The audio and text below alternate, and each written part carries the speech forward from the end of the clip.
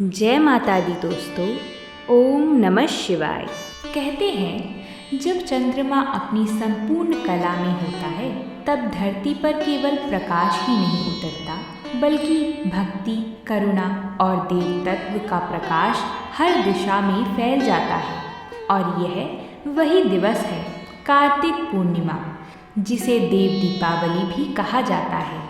इस दिन स्वयं देवता भी गंगा तट पर दीप जलाकर भगवान विष्णु की आराधना करते हैं। आज हम सभी सुनेंगे पूर्णिमा की पवित्र कथा को, जो आपके जीवन में शांति, सुख और समृद्धि का प्रकाश लेकर आएगी। हमारे धर्म ग्रंथों में कहा गया है कि कार्तिक मास की पूर्णिमा को जो व्यक्ति स्नान, दीपदान और हरि नाम का जाप करता है वह सहस्त्र यज्ञों के समान पुण्य का भागी होता है। स्कंद पुराण के अनुसार इस दिन भगवान विष्णु ने मत्स्य अवतार धारण किया था। कहा जाता है कि ब्रह्मा जी द्वारा सृष्टि के आरंभ में जब वेद ग्रंथ समुद्र में डूब गए थे तब भगवान विष्णु ने मत्स्य रूप लेकर उन्हें पुनः प्राप्त किया। इसलिए यह दिन ज्ञान और धर्म की पुनर्स्थापना का प्रतीक भी है। और अब आइए सुनते हैं कार्तिक पूर्णिमा की पावन कथा को। बहुत समय पहले की बात है। दैत्य तारकासुर के तारकश, कमलाक्ष और विद्युन्माली नाम के 3 पुत्र थे। जब भगवान शिव के पुत्र कार्तिकेय जी ने तारकासुर का वध कर दिया तो उसके पुत्रों को बहुत दुख हुआ, तो उन्होंने क्रोधित होकर देवताओं से प्रतिशोध लेने के लिए ब्रह्मा जी की तपस्या करने का निर्णय किया। अपनी घोर तपस्या से तीनों भाइयों ने ब्रह्मदेव को प्रसन्न कर लिया और उनसे अमर होने का वरदान मांगा। तब इस पर ब्रह्मा जी ने कहा कि वह उन्हें अमर होने का वरदान तो नहीं दे सकते, इसलिए वह कोई अन्य वरदान मांग ले।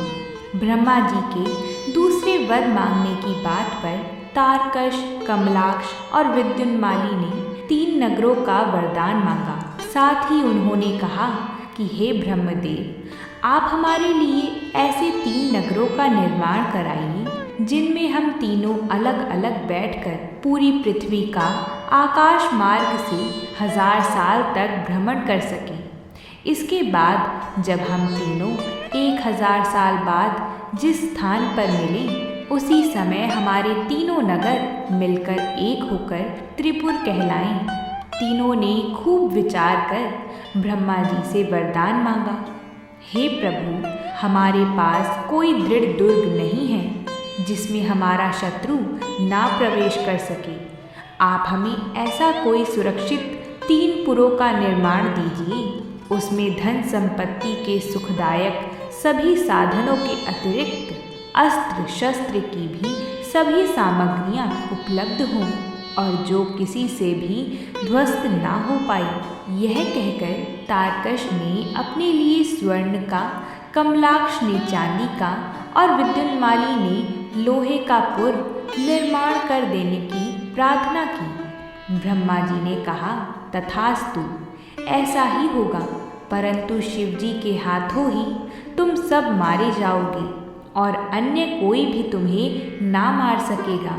इस प्रकार तीनों भाइयों के लिए उनके कहे अनुसार 3 नगरों का निर्माण किया गया। इनमें से एक आकाश में, एक स्वर्ग में और एक पृथ्वी में स्थित था।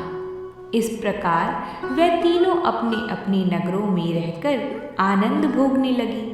इन नगरों के बाद तारकश, कमलाक्ष और विद्युन्माली ने अपनी शक्ति से तीनों लोकों पर आक्रमण करके अपना आधिपत्य जमा लिया। सभी देवता तीनों भाइयों के आतंक से परेशान होकर भगवान शिव शंकर की शरण में पहुँचे और अपनी रक्षा के लिए प्रार्थना करने लगे। देवताओं की करुण पुकार सुनकर भगवान शिव जी ने त्रिपुरों का नाश करने के लिए तैयार हो गए।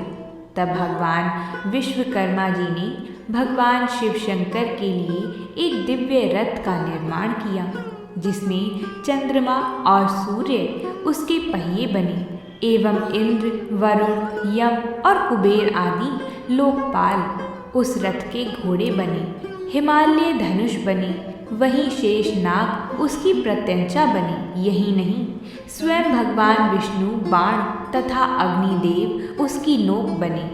उस दिव्य रथ पर सवार होकर भगवान शिव त्रिपुरों का नाश करने चल दिए, लेकिन असुर निर्भय थे। शिवजी ने तत्काल ही करोड़ों सूर्य के समान प्रकाशमान अपने उस बाण को असुरों पर चला दिया।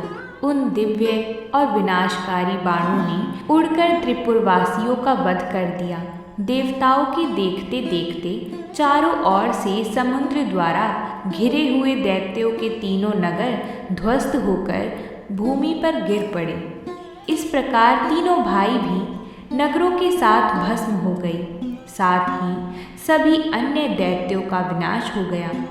त्रिपुरों का नाश होते ही सभी देवता भगवान शिवजी की जय जयकार करने लगे और उसी समय सभी देवी देवताओं द्वारा भगवान शंकर जी को त्रिपुर का अंत करने वाली त्रिपुरारी के नाम से जानने लगी। यह युद्ध कार्तिक पूर्णिमा के दिन हुआ था।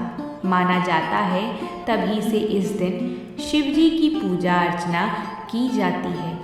तो बोलिए भगवान शिव शंकर की जय हो, भगवान विष्णु की जय हो। अगर आप सभी ने इस कथा को पूरा सुना है, साथ ही वीडियो को लाइक और चैनल को सब्सक्राइब जरूर करिएगा। हम आप सभी के लिए व्रतों से जुड़ी कथाएं लाते रहेंगे। प्रेम से बोलिए जय माता दी।